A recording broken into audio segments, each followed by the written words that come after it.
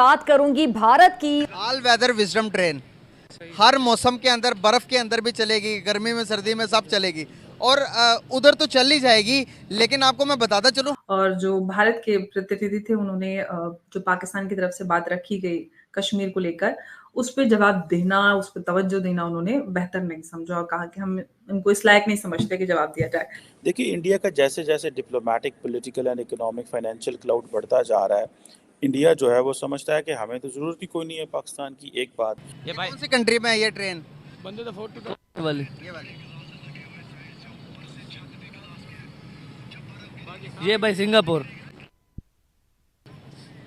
मैं कहता हूँ भाई यूरोप से है, यूरोप।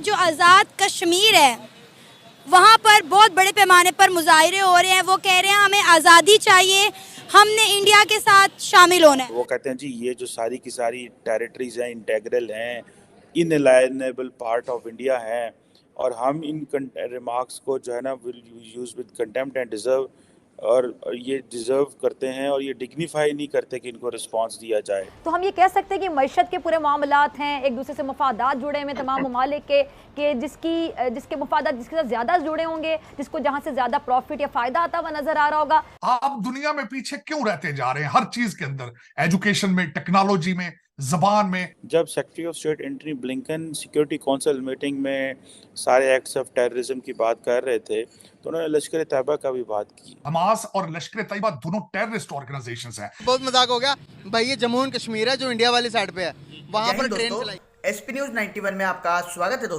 दोस्तों मैं आपको बता दूं कि 18 साल तक कश्मीर के लोगों की सेवा करने के बाद जो नॉर्दर्न रेलवे है उसने एक नई ट्रेन कश्मीर वासियों के लिए लॉन्च कर दी है, जो कि बारामूला से 135 किलोमीटर के ट्रैक पर दौड़ेगी और जिसका नाम है विस्टरडम ट्रेन। मैं आपको बता दूं कि ये हर मौसम में सीलिंग एसी के साथ कश्मीर वासियों को, जो कश्मीर की सुंदर घाटियाँ हैं, उनका मनोरक दृश्य भी इसमें दिखाई देगा, जो कि आपने क्लिप्स में देखा भी होगा कि पाकिस्तानी मीडिया अब इस ट्रेन पर चर्चा कर रहा है। वहाँ के जो यूट्यूबर्स हैं वो अब जो पाकिस्तानी आवाम है उसका इंटरव्यू ले रहे हैं, उसको बिना बताए इस ट्रेन का दृश्य दिखाया जा रहा है और ट्रेन का दृश्य दिखाने के बाद उनसे ये पूछा जा रहा है कि ये ट्रेन कहाँ की है और ये कहाँ पर फिलहाल दौड़ रही है। तो जो पाकिस्तानी लोग हैं उनका जो अलग अलग मत है, कोई कह रहा है कि ये यूरोप की ट्रेन है, कोई कह रहा है ये सिंगापुर की ट्रेन है। तो इस तरीके से जो पाकिस्तानी वासी हैं, और जब उन्हें बताया जा रहा है कि ये कश्मीर में दौड़ रही है, ये नई ट्रेन है और ये कश्मीर के अंदर दौड़ रही है, यानी कि जैसे ही पाकिस्तान वासियों को ये पता चलता है कि ये भारत के अंदर, भारत की टेक्नोलॉजी इतनी आगे जा चुकी है कि हर मौसम में एक ही जैसा, मतलब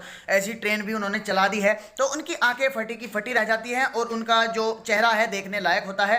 और उसके बाद में फिर जो उनका जहालत सामने निकल कर आती है वो देखने लायक है, वो सुनने लायक है। तो दोस्तों वीडियो को अंत तक जरूर देखिएगा। तो आइए दोस्तों वीडियो को स्टार्ट करते हैं। उनकी तरक्की की एक निशानी दिखाना चाहूँगा मैं। देखिए ज़रा वीडियो है कि मेरे पास आई थी, मैंने कहा कि दिखाना चाहूँ यार। आगे से कितना डेकोरेट किया गया है विस्टरडम ट्रेन को, बैलून्स लग रहे हैं। ट्रेन इसके गिलास इतने बड़े गिलास लगे हुए साइड से, ऊपर से छत भी गिलास के है। जब बर्फ गिरेगी उस टाइम ये छत पे गिरेगी ना, गिलास की छत पे। ये कौन सी कंट्री में, कौन सी कंट्री में है ये ट्रेन? बंदे तो 42 वाली ये वाली। ये भाई सिंगापुर। मैं कहता हूँ भाई यूरोप से है, यूरोप।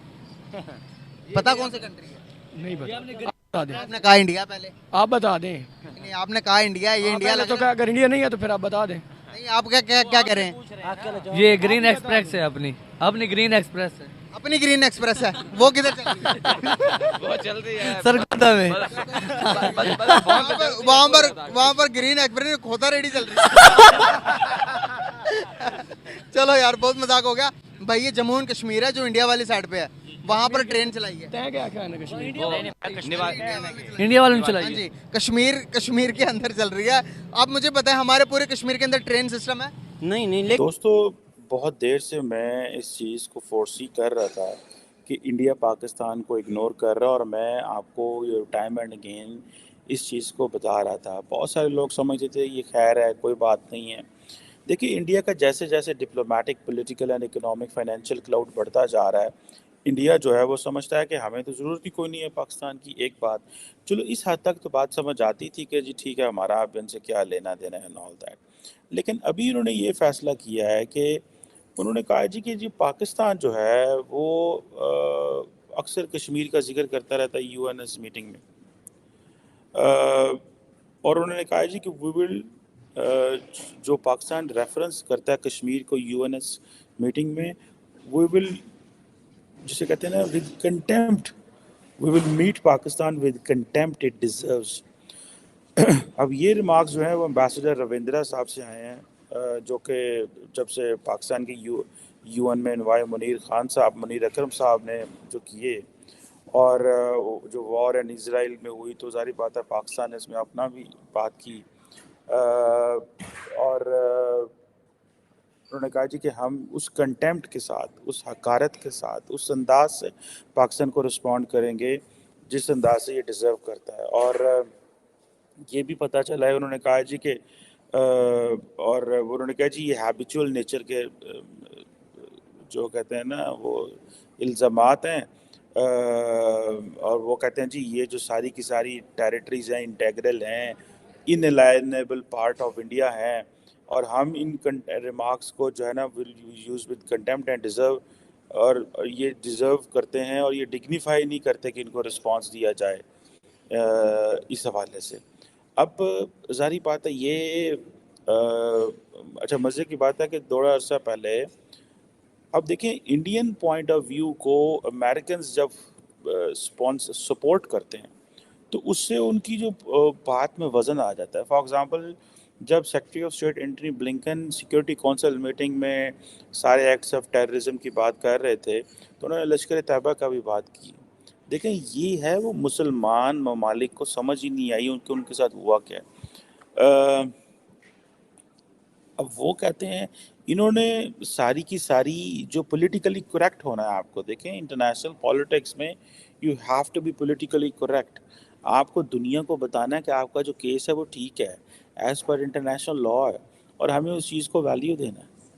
आपने ये नहीं करना कि जनाब आप ये कहें कि आपने मिलिटेंट आउटफिट्स बना के जिहादी और ग्रुप बना के और आप कहें जी हमने साथ भी हमला कर देना, इतने भी हमला कर देना। That is not what is going to happen and that is not that will be tolerated.